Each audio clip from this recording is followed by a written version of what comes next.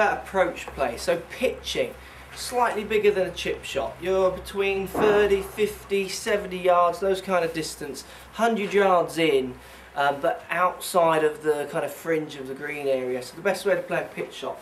Now what happens is I see lots and lots of people playing pitch shots in a very similar way to how they play their normal shot. So what I mean by that is they'll tend to put the ball maybe in the middle of the stance like they would maybe a 7-iron, and then what they do is they make a very kind of long, flowing, long swing.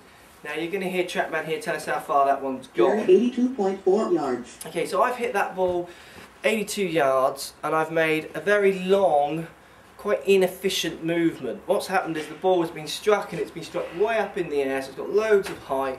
That means it can be affected by the wind. Also what happens on the way through is I've really released the club over, so the club face is turning as it hits the ball, which is going to put unwanted spin on the shot. So the best way to play a pitch shot, if I'm going to try and hit the ball now again, a similar distance that I just did with the 80 yards, is make it as efficient as possible, make the movement as efficient as you possibly can. So, a couple of things to remember with your pitch shot. So I've got a sand wedge here. I want you to hold the club like you normally would.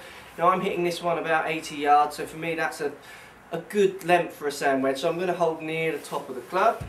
Now the big difference I'm going to make is I'm going to get the ball back in my stance. I'm not going to set up with it in the middle.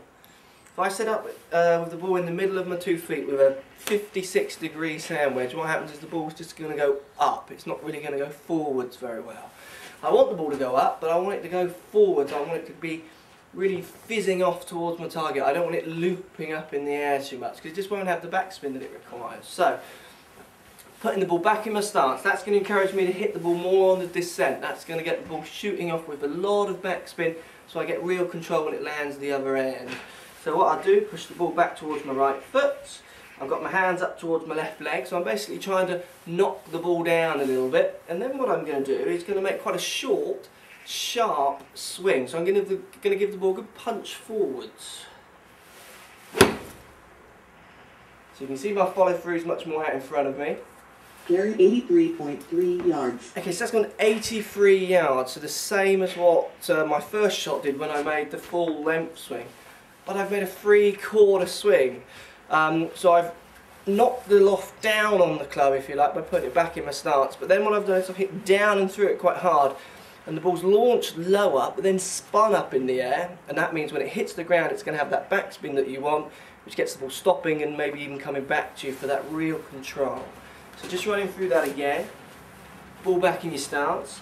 Get your hands up towards your left leg, so you're almost setting yourself forward of the ball. And then I'm going to make a kind of shoulder to shoulder length swing, so keeping it quite compact, quite small, and give it a good thump. So pitching it forwards.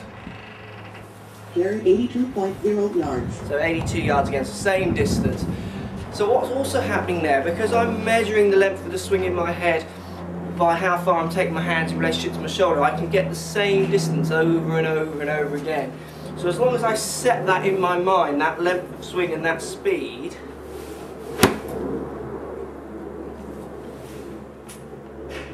carry 81.8 yards. so 81 yards. I know if I want to hit the ball around 80 to 85 yards, I need to be taking the club back to X and then Y, which for me that's feeling around shoulder to shoulder height with my length of swing.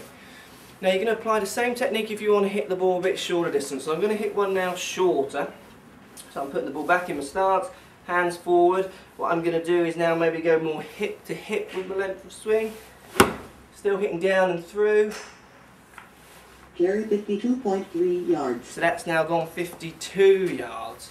So what happens if I want to try and hit the ball 52 yards again? I'm going hip to hip. So feeling like my hands are hip to hip. Carry 61.7 yards. So 61, so a little bit more on that one. If I try one more, I obviously swung a bit faster and a bit longer on that one. There we go, it's better. Carry 53.0 yards. 53 yards. So I'm now kind of finding that length, finding my distance. Same setup, ball back, hands forward, hip to hip. Carry 57.4 yards. 57. So I know if I want to go between 50 to 57 yards, so I'm going to be 7 yards accurate there, which is good enough for me. I'm going to be feeling hip to hip with X speed. So rather than playing your sand wedge like an ordinary shot and getting the ball fizzing up in the air and letting the wind affect a bit, moving it around, also that makes you, if you do your full length swing like you normally do, your hands are often be releasing and coming over your shoulders, which is always going to be twisting the club face. Set the ball back in your stance, get your hands forward, and play what I'd call more of a knock-down, push-forward shot. So much more just underarm kind of stroke rather than the big over-the-shoulder stroke. Give that pitching a go. Let me know how you get on. Any comments, any questions, just post comments below. Happily will respond, or if I get time, try and respond with another video. So certainly use this as a good resource. Any golf questions, let me know.